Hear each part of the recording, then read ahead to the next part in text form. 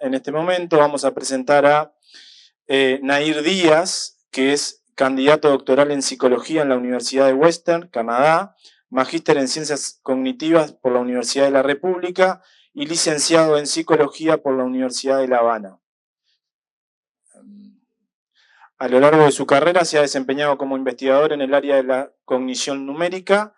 Actualmente su investigación se centra en el desarrollo de estrategias matemáticas para la resolución de problemas aritméticos en población escolar, aportando evidencia clave para comprender cómo se construyen estas habilidades desde la infancia. Recibimos con un aplauso a Nair Díaz. Gracias. Bueno, muchísimas gracias a la Fundación Telefónica y a la SUX por esta invitación, principalmente a Ale Maiche por esta invitación. Para mí es un placer regresar a Uruguay, que Uruguay es mi segunda casa y así lo vivo. Y para mí estoy viviendo como un privilegio también la posibilidad de intercambiar con un grupo excepcional de investigadores y docentes de la investigación y también de la educación. Y es muy grato para mí poder compartir con ustedes estas ideas. Le voy a hablar de las charlas numéricas, que es una práctica educativa que está siendo muy presente, principalmente en contextos del norte global. Y también, conversando con Mari, hemos notado que hay como muchos puntos de comunicación entre, por ejemplo, el ABN y las charlas numéricas. Pero lo que quiero, principalmente las charlas numéricas van a ser una excusa para hablar de desarrollo de estrategias aritméticas a lo largo del desarrollo de los niños y las niñas. Pero primero yo quería iniciar con una declaración de posicionalidad, que es básicamente cómo nosotros enfocamos el estudio y el desarrollo del aprendizaje en el aprendizaje y la educación, que es principalmente, yo tengo una formación en psicología y me estoy formando como investigador de la cognición y el desarrollo. Pero también nosotros lo que hacemos es tomar datos de los niños y usar determinadas metodologías cuantitativas para analizar estos datos. Y podemos tomar, por ejemplo, el ejemplo de PUMA, que es la prueba uruguaya de matemáticas, una prueba desarrollada por el Grupo de Cognición Matemática en CICEA y en el CIPSI, que mide habilidades tempranas en matemáticas. Y si nosotros, por ejemplo, analizamos el desempeño de los niños y las niñas en nivel inicial, podemos observar que hay, como comentaba la compañera anteriormente, hay una gran heterogeneidad en las puntuaciones, y lo que nosotros principalmente usamos esa heterogeneidad de los niños y las niñas para analizar. Y analizar, por ejemplo, cuáles son los procesos cognitivos y socioemocionales que pueden estar prediciendo o afectando ese desempeño, y también cómo esas habilidades matemáticas tempranas pueden explicar otras habilidades, por ejemplo, habilidades de dominio general y dominio cognitivo. Pero también entender que el desarrollo de habilidades matemáticas es un proceso evolutivo y pudieran existir trayectorias diferentes en los niños y las niñas, y por ejemplo, pudieran haber trayectorias descendentes, trayectorias ascendentes, como trayectorias más planas, digamos, y entender cómo el contexto puede influir y moldear esas habilidades y esos desempeños de los niños, y también cómo otros procesos cognitivos de dominio específico o de dominio general pudieran estar influyendo o explicando esas trayectorias educativas de los niños. La idea de hoy es hablar un poco de qué son y cómo se desarrollan las estrategias aritméticas, estrategias para solucionar problemas de tipo aritmético, cuál es la relación entre el desempeño en estrategias aritméticas y otros procesos cognitivos de dominio general y dominio específico, y también cómo el contexto puede moldear el desarrollo de determinadas habilidades cognitivas y habilidades para la solución o la búsqueda de la solución de estrategias aritméticas. Después va a haber como una segunda parte de qué son las charlas numéricas, qué sabemos actualmente de qué son las charlas numéricas y cuáles son las evidencias que tenemos para mostrar que esto pudiera ser una práctica educativa que pudiera ser efectiva, y cómo pudiéramos explorar lo que vamos a llamar un agujero negro en la práctica educativa. Y después vamos a expandir un poco más en por qué consideramos que esto pudiera ser un agujero negro. Y también quisiera hablar un poco de las prácticas educativas basadas o informadas por la evidencia. ¿Y cuál es el rol y por qué nosotros creemos que es necesario fomentar las prácticas educativas informadas por la evidencia científica? Para hablar un poco más ya de las habilidades aritméticas y las habilidades matemáticas, las habilidades matemáticas nos acompañan a lo largo de nuestro desarrollo en diferentes periodos etarios. Y por ejemplo, nosotros tenemos conocimiento de que habilidades que nosotros nacemos con ellas, por ejemplo, habilidades de cuantificación aproximada, que es conjuntos de elementos, podemos cuantificar cuántos elementos hay, predicen las habilidades matemáticas y otros tipos de habilidades a la entrada de la educación inicial. Después también sabemos que las habilidades matemáticas tienen una fuerte relación con el desempeño en lectura, en matemática y en ciencia a lo largo de toda la educación de los estudiantes, tanto inicial, primaria como secundaria. Y también en nuestra adultez las habilidades matemáticas predicen muchísimos elementos de la vida adulta, por ejemplo, el nivel socioeconómico de las personas, influye también en la toma de decisiones, por ejemplo, en muchos aspectos en nuestra toma de decisiones en el día a día, en nuestra vida adulta. Y específicamente la aritmética también nos acompaña en muchos momentos de nuestra vida. Por ejemplo, la aritmética, la primera encuentro con la aritmética que tenemos es, por ejemplo, con el uso de elementos concretos que unimos. Por ejemplo, tenemos 3 manzanas y 2 manzanas, ¿cuántas tenemos en total? Hasta, por ejemplo, el uso de derivadas e integrales en la vida adulta. Es decir, la aritmética nos acompaña a lo largo de toda la vida y la aritmética también es la base para el desarrollo de otras ramas de la matemática, podríamos ver la geometría, el álgebra, etc. Entonces, podríamos iniciar con una definición de qué cosas son las estrategias aritméticas, que es básicamente diferentes procedimientos que utilizamos para resolver problemas de manipulación numérica.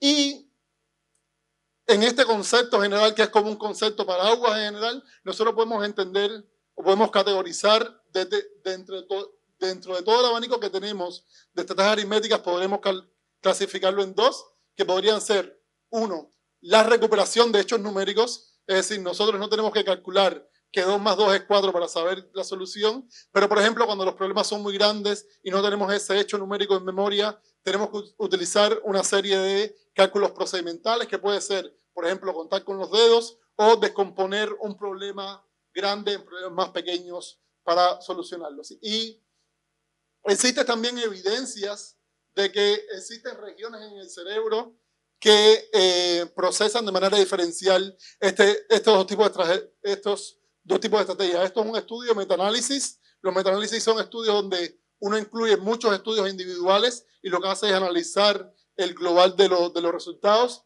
Y analizaron 32 estudios que investigaron qué regiones del cerebro se activaban cuando los niños resolvían problemas aritméticos. Y encontraron, por ejemplo, regiones como el lóbulo parietal inferior que se activaban tanto para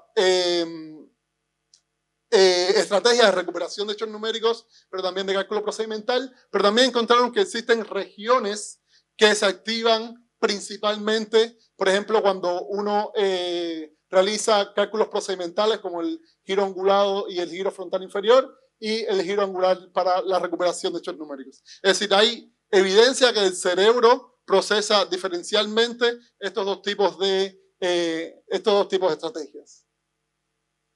Los primeros modelos teóricos que intentaron explicar como el desarrollo de las estrategias aritméticas con una fuerte influencia de modelos piagetianos decían que en un momento en particular los niños usaban una estrategia principal para resolver los problemas de tipo aritmético y mientras encontraban, por ejemplo, habilidades superiores o más efectivas, pasaban abruptamente al uso de la otra estrategia.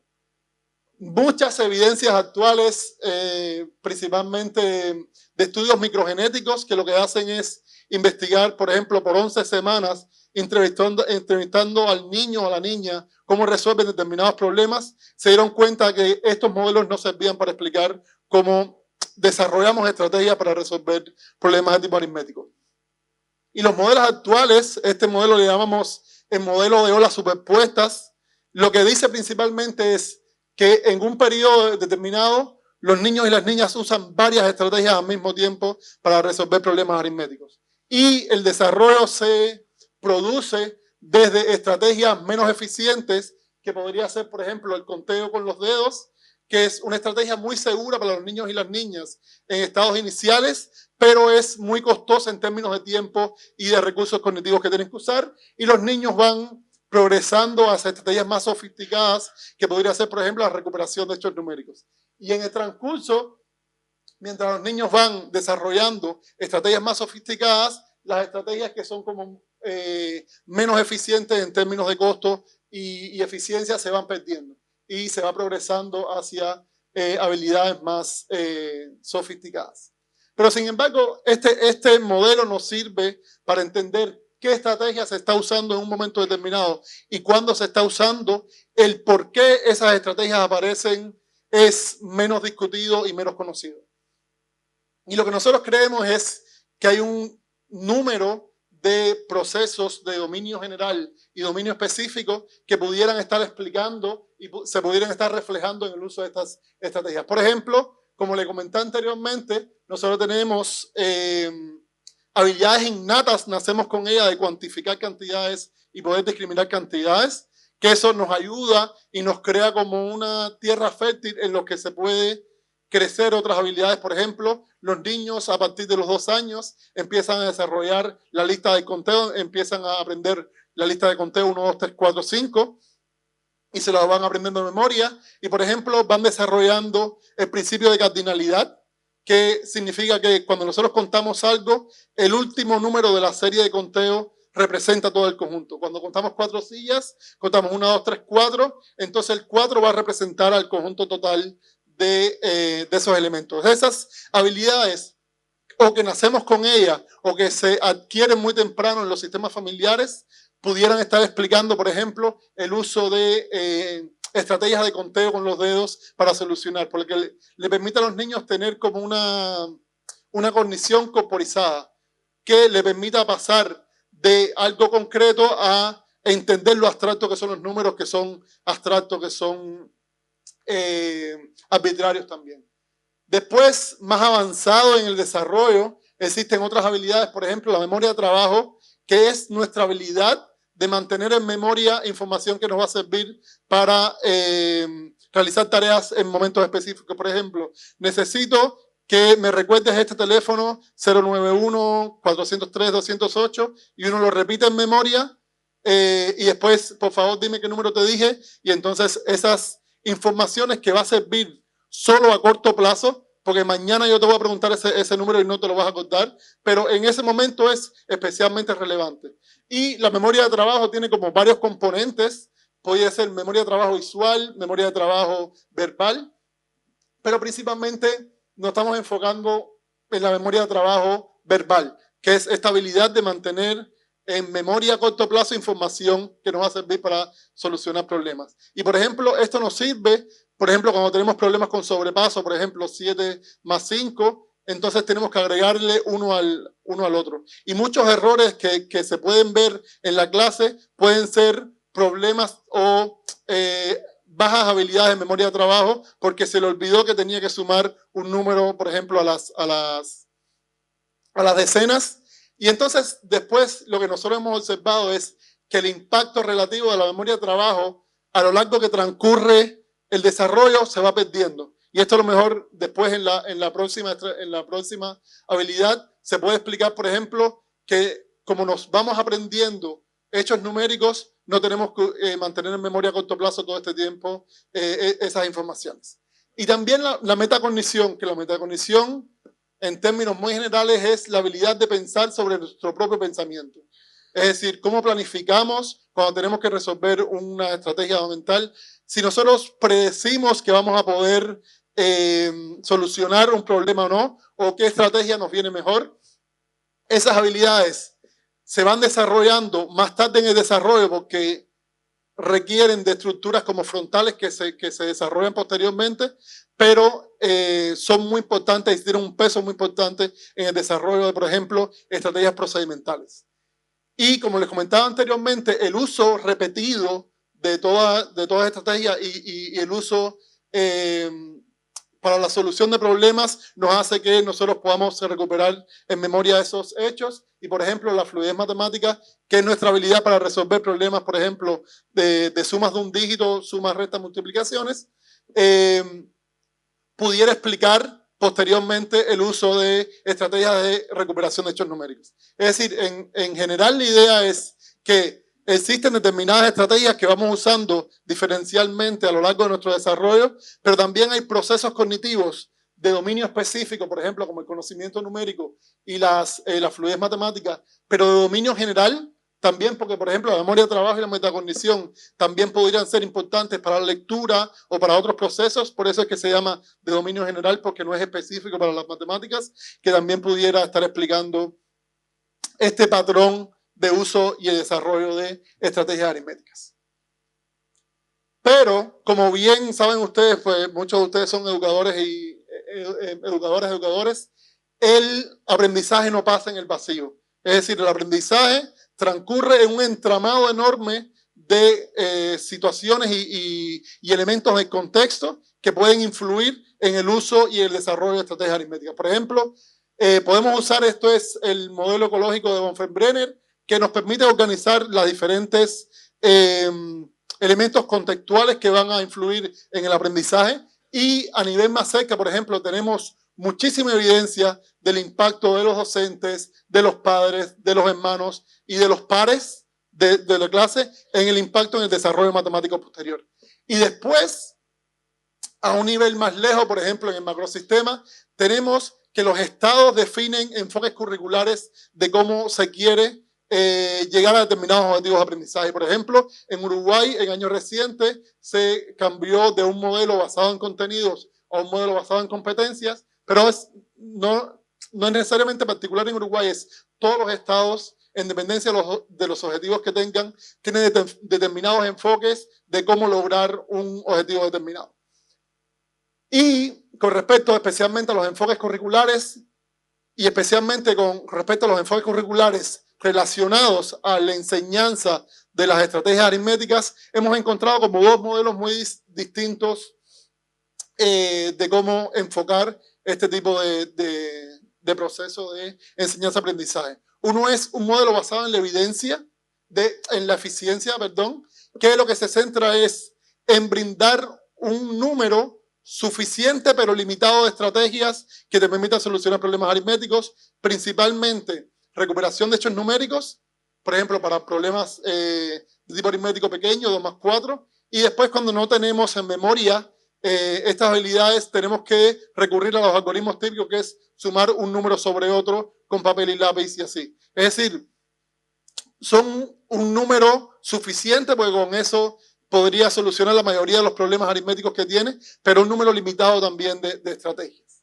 Y actualmente se vienen desarrollando enfoques curriculares basados en la fluidez de estrategia, que la idea es brindarle un repertorio más amplio a los niños de estrategias aritméticas que les permitan, por ejemplo, descomponer un problema grande en problemas más pequeños para poder solucionarlo.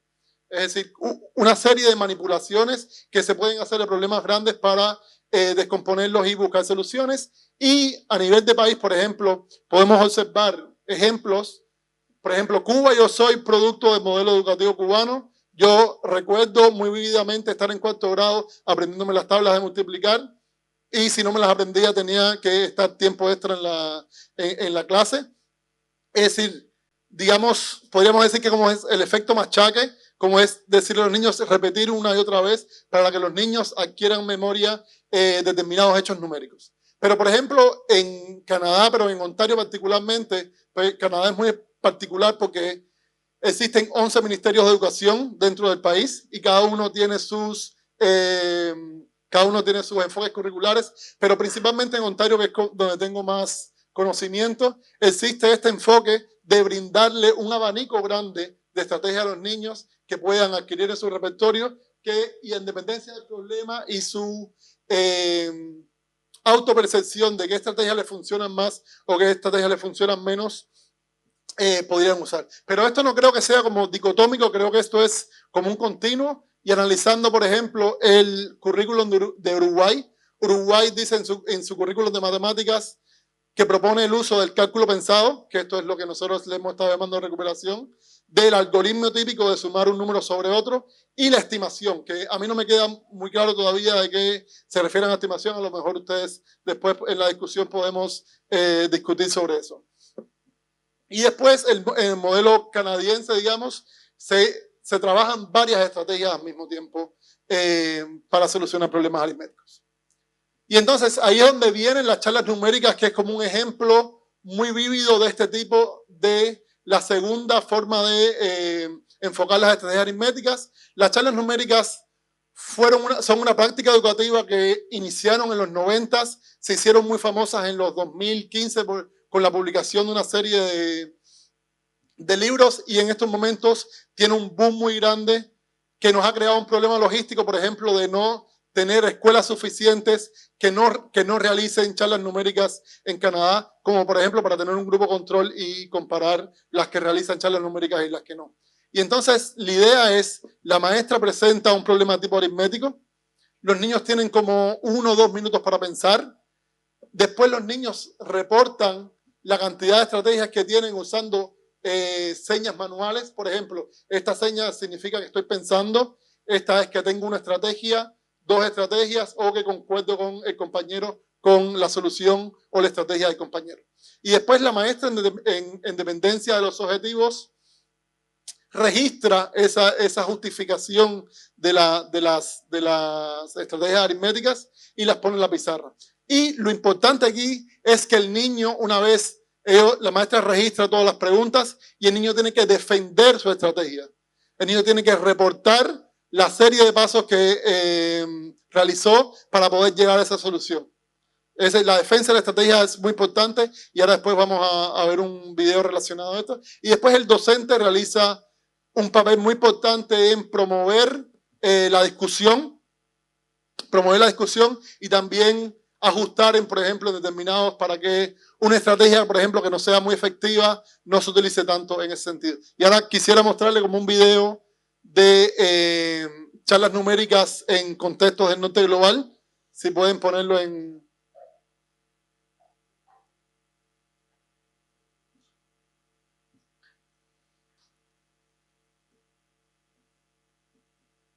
Bueno, mientras estamos en este impasse, yo quiero que se fijen, por ejemplo, en que ustedes evalúen qué estrategia o qué nombre ustedes le pondrían a la estrategia que van a usar los chiquilines, y si pueden ver estos pasos que yo les mencioné anteriormente.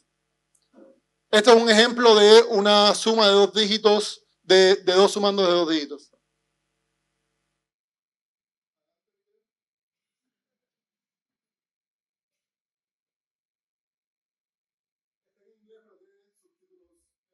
Oh.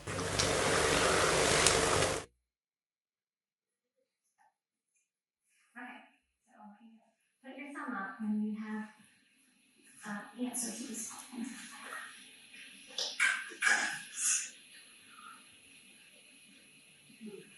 All right, let me ask for answers first. You willing to share what you got for this one? Avery, what'd you get? 72. Miren la rapidez con Did you agree with 72? Okay, I'm sorry. So everybody agrees with 72? Yes. Wow, okay, Colin, go. I put the 10 with the 5, and that was 16. I can put the 10 with this. What is this line in this problem? 50. 50 and 6, okay. And then I put 60 plus 9 is 69. Okay, so you took this 9 and I put 2. Then I counted the 3 and then I got 72. Okay, all right, did you follow this? You know, you got 72? Yeah, I did the same way. All right, so maybe tell me a different strategy to get the same answer. Yes, tell me. I did 59 plus 3 equals 62 plus 10 equals 70. Oh, okay, you say that, so that's 54. All right, Andrew, a little different way. And you should say 40. No, you said 59. Right. No, Yeah, 59 plus 3, right? Is that right now? I've recorded the answer? okay. Yeah, that's okay. I imagined it 59 was 60. Okay, let me write that down. So you thought of the 59 as a 60, okay? Yes, and then I added the 13. Okay. And then I had to take one away. What'd you get for 60 plus 13? 70. 70, 60 plus 13. 73. Okay, then let's do it. And then I had to take away one because the 60 was too many. Andrew, so the reason why he took this one away is because he added one too many to start with. Why did you want to start with 60 here? Because it's a good number. Alright, so is everybody pretty sure that 59 plus 13 is 72? Yeah.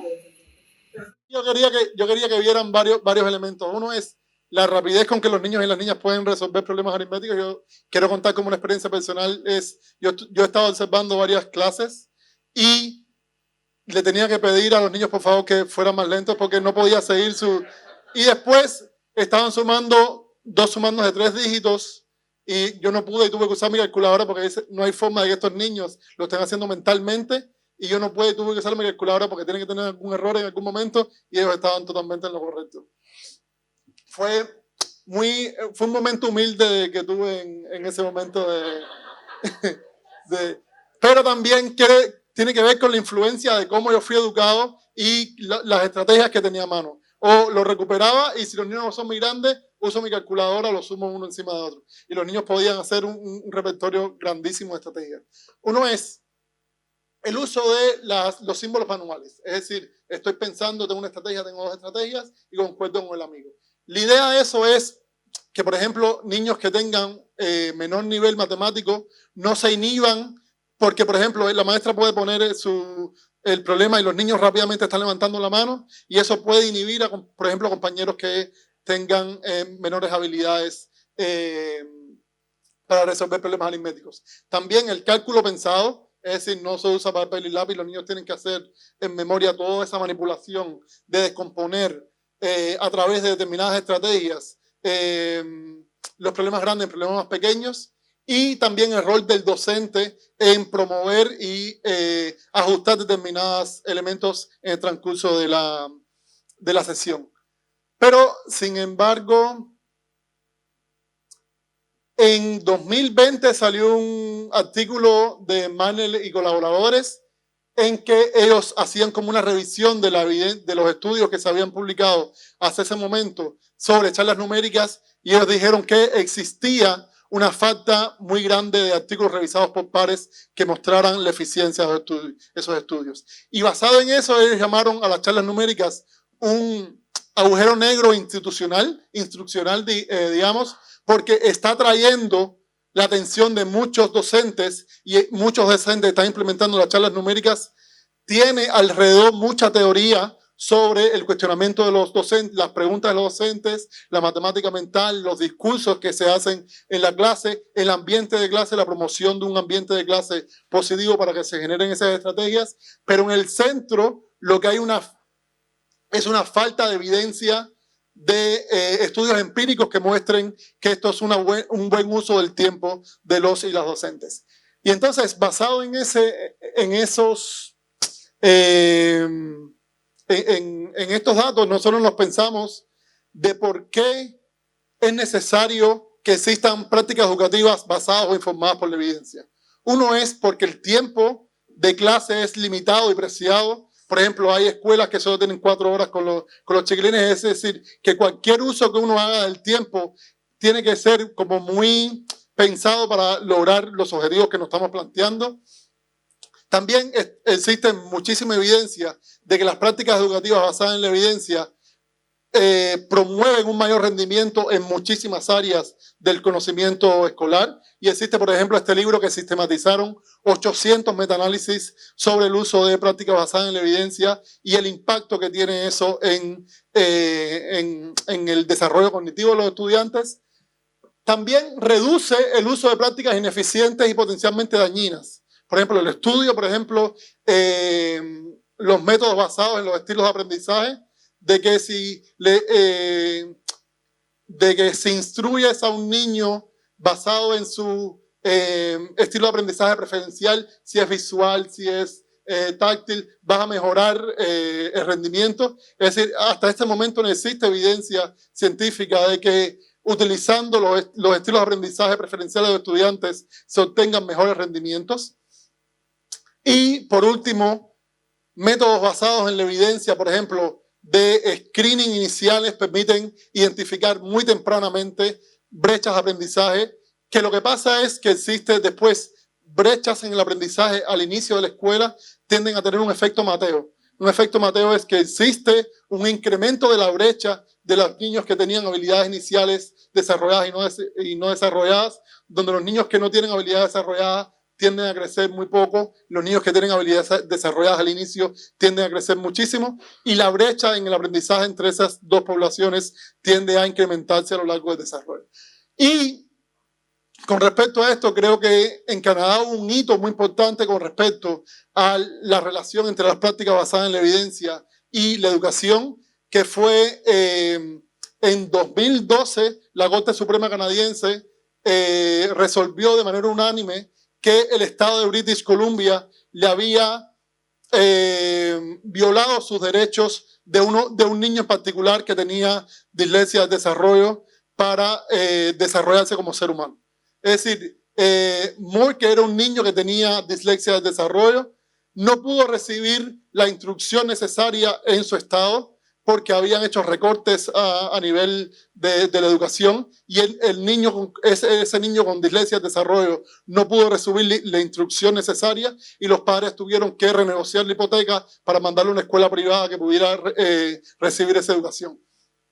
Basado en eso, la Comisión de Derechos Humanos de Ontario publicó en 2022 una consulta, un reporte de una consulta que hicieron a través de 10 años, que incluía juntas educativas, investigadores y asociación de padres de niños y niñas con problemas de desarrollo.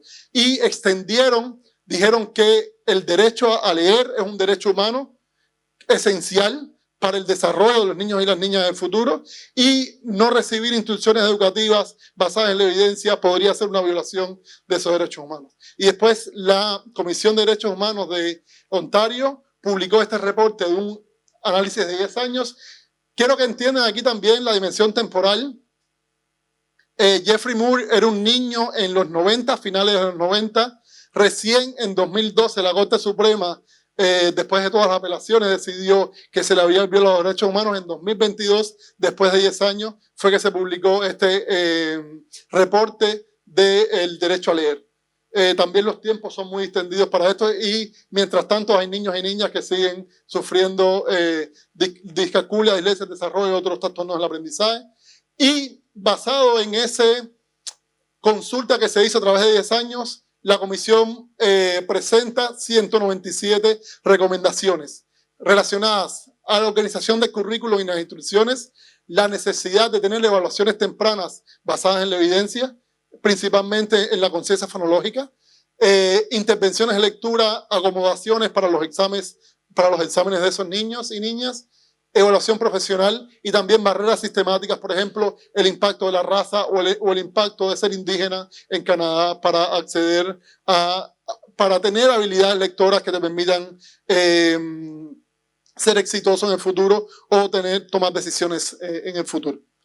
Pero aquí nosotros tenemos un gap muy grande, una brecha muy grande entre la literatura que se ha publicado con la investigación en lectura y la que tenemos en matemáticas. Se dice que por cada artículo en matemática que investiga cómo se desarrollan las habilidades matemáticas, hay cinco en lectura, 4 es la estimación. Es decir, hay una brecha muy grande de lo que sabemos de las habilidades lectoras y todavía lo incipiente de que es lo que sabemos con respecto a las habilidades matemáticas. Y por eso es necesario partnership entre educadores e investigadores para mover hacia ese objetivo, que es tener mayor conocimiento de cómo se desarrollan las habilidades matemáticas. Entonces, basado en eso, nosotros nos planteamos 3 estudios principales que les voy a estar presentando, y tenemos algunos resultados preliminares, no está cerrado todavía. La primera intención que tuvimos fue realizar una investigación, una encuesta a los maestros y maestras para ver cuál era su percepción sobre las charlas numéricas, es decir, si ellos creen que es bueno para fomentar determinadas habilidades. Lo malo con esto, y es la necesidad de ser intelectualmente honestos. Esto fue un fracaso en términos de reclutamiento de maestros. Solo tuvimos 13 respuestas de los maestros. Y en base a eso, nosotros tuvimos que movernos hacia un metaanálisis del estudio de la efectividad de las charlas numéricas para fomentar las habilidades matemáticas. Y les quiero comentar estos. Como les comentaba anteriormente, un metaanálisis es un método de investigación que lo que hace es recolecta toda la investigación anterior que se ha desarrollado sobre un tema y que cumple determinados criterios y después se incluye en un modelo matemático, digamos, que lo que hace es combinar todos los efectos de eso. Y estas son toda la evidencia que hay de todos los estudios sobre las charlas numéricas, que incluyen niños y niñas que recibieron charlas numéricas y tienen al menos una evaluación antes de la intervención o después de la intervención, con medidas de habilidad matemática. Y esto es como mucha información, yo quiero como resumírsela. Y una de las principales limitaciones es solo 2 de esos estudios han sido publicados en revistas académicas revisadas por pares. La mayoría son tesis de doctorado y maestría o presentaciones en conferencias. Y la revisión por pares es un método que permite garantizar la rigurosidad de esos estudios. Es decir, como decía Manley anteriormente, hay muy pocos estudios realizados revisados por pares. Y también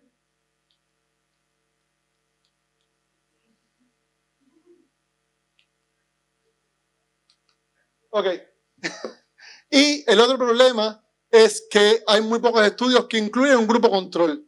Es decir, para nosotros ver si una práctica educativa es eficiente, no solo podemos tener el grupo que recibió la intervención, necesitamos un grupo con el cual comparar para ver si esas diferencias son significativas o no. Y entonces, si nosotros incluimos todos los estudios y todas las medidas que han utilizado las charlas numéricas y analizamos el rendimiento antes de la intervención contra el después de la intervención, podemos observar que existe, sobre todo, una diferencia significativa para los que necesariamente no estén familiarizados con este tipo de representaciones. Esto es el tamaño del efecto. Efectos esta es la derecha, significa que existen rendimientos mejores en el post-test, es decir, todo lo que esté de esta línea para acá significa que en la media del grupo mejoraron con respecto al post-test, y esto es los intervalos de confianza. Si estos intervalos de confianza no tocan esta línea vertical, significa que es significativo, que existe una diferencia significativa a favor después de la intervención que antes de la intervención. Pero como mencionamos anteriormente, si nosotros nos basamos únicamente en estos datos, no podemos descartar que, por ejemplo, los niños mejoraron solamente porque pasó el tiempo o que se hicieron más inteligentes por otros factores. Es decir, nosotros necesitamos un grupo control que no haya recibido las charlas numéricas para compararlo, y esta es la abrumante cantidad de estudios que han incluido medidas en el post-test, es decir, después de recibir la intervención, y que tenga un grupo control. Solo hay 4 tamaños del efecto, solo 3 de esos estudios, y esto es la agrupación de todo ese efecto. No hay diferencias significativas porque toca esta línea de resultados nulos.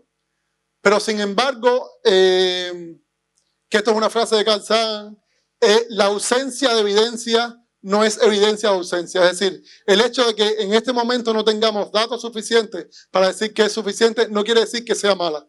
Y mucha de esa falta es por las limitaciones metodológicas, las grandes limitaciones metodológicas que tiene toda la investigación que tenemos anteriormente. Otra gran limitación que se encuentra en la literatura es el gran problema de la representatividad que tienen las ciencias cognitivas y la psicología en este momento. Es decir, la mayoría de los estudios y los resultados que tenemos están basados en poblaciones del norte global, de estudiantes universitarios básicamente de Norteamérica y Europa principalmente, y se está excluyendo principalmente a la mayoría de la población mundial. Y nosotros, por ejemplo, tenemos estudios realizados en que los procesos cognitivos tienen similaridades en varios en todos los países, es decir, hay estructuras y funcionamientos similares a toda la población mundial, pero se ha visto que los factores contextuales de los países, por ejemplo, el índice de desarrollo humano o el PIB invertido en educación, puede impactar en la heterogeneidad de los resultados. Y por eso es relevante y imprescindible mucho más que nunca desarrollar investigaciones en el sur global, y por eso es que básicamente estamos aquí en este momento para promover la investigación en el sur global. Entonces, el segundo estudio que les voy a presentar en este momento con resultados preliminares es un estudio transnacional donde medimos el desarrollo de estrategias aritméticas en Cuba.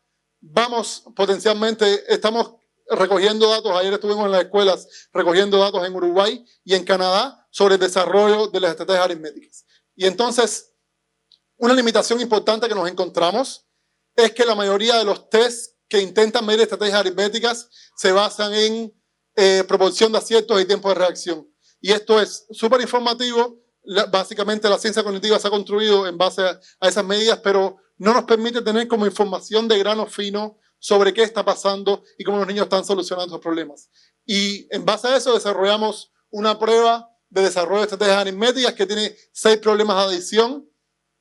Y los niños lo que tienen que hacer es resolver el problema y nos tienen que decir qué serie de pasos siguieron para resolver este problema. Y basado en ese reporte de los niños y las niñas, nosotros categorizamos las estrategias y, por ejemplo, los niños podrían haber usado conteo con los dedos, podrían haber recuperado de memoria la solución, podrían haber usado el algoritmo típico de sumar un número sobre otro, pero también podrían haber usado, por ejemplo, estrategias procedimentales, como por ejemplo, lo que nosotros llamamos el sobrepaso. Es que si tienes que sumar 27 más 58, lo que podría hacer es sumar 27 más 60 y después compensar con el otro. El valor posicional, que es usar lo que estaba comentando Mari Carmen anteriormente, descomponer en centenas, decenas y unidades y poder sumar poder descomponer el problema y varias estrategias. Son 8 estrategias en total que podemos categorizar las estrategias que están usando los niños y las niñas. Y entonces, con la ayuda de un gran número de personas que estoy muy orgulloso de colaborar, de investigadores en Canadá, Cuba y en Uruguay, hemos intentado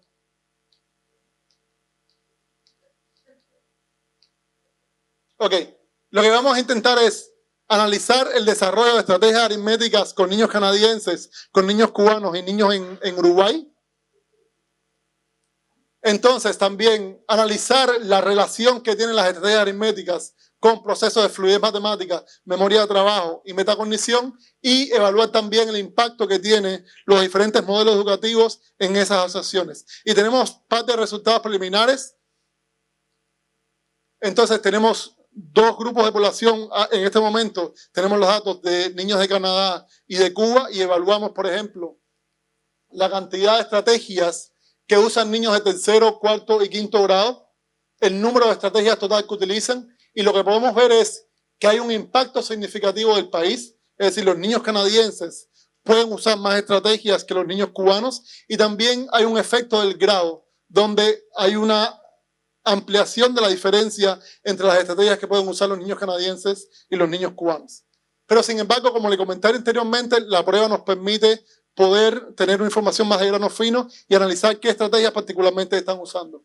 Y aquí lo que vemos es que, por ejemplo, los niños canadienses usan significativamente estrategias procedimentales, que puede ser sumar por partes, conteo, descomposición y sobrepaso, pero los niños cubanos usan significativamente más y casi únicamente estrategias de procedimiento escrito, que es sumar un número sobre otro. Es decir, estas diferencias no son iguales para toda la población. Los niños canadienses, con los datos que tenemos, dicen que usan más estrategias de tipo procedimental, pero los niños cubanos usan más estrategias de tipo de algoritmo típico estándar que se enseña en las escuelas. Después analizamos, comparamos habilidades de fluidez matemática y metacognición y no encontramos diferencias significativas comparando a los niños cubanos con los canadienses, pero encontramos diferencias significativas en la memoria de trabajo. Los niños canadienses pueden mantener en memoria un número mayor de dígitos que los niños cubanos, y esto podría ser por el uso de charlas numéricas. Todos los niños canadienses reciben charlas numéricas. Este fomento de la matemática mental a lo mejor le permite desarrollar mayores habilidades de memoria de trabajo, lo que podría impactar en el uso, en el desempeño mayor en memoria de trabajo. Y también en las asociaciones. Para los niños cubanos no existen correlaciones significativas de las estrategias aritméticas con fluidez matemática, memoria de trabajo y metacognición, pero sin embargo para los niños canadienses existen correlaciones significativas en fluidez matemática y metacognición. Lo que quiere decir eso es que, por ejemplo, los niños que tenían menos habilidades, menos estrategias, también tenían menos metacognición y menos fluidez matemática, y viceversa. Los niños que tenían muchas más estrategias también tenían mejores puntajes en las pruebas de metacognición y de memoria de trabajo. Pero sin embargo, una limitación grande que tienen estos estudios es que nosotros no podemos descartar otras posibilidades que pueden ser, por ejemplo, el impacto del lenguaje. Nosotros estamos hablando en inglés y en español, o el impacto de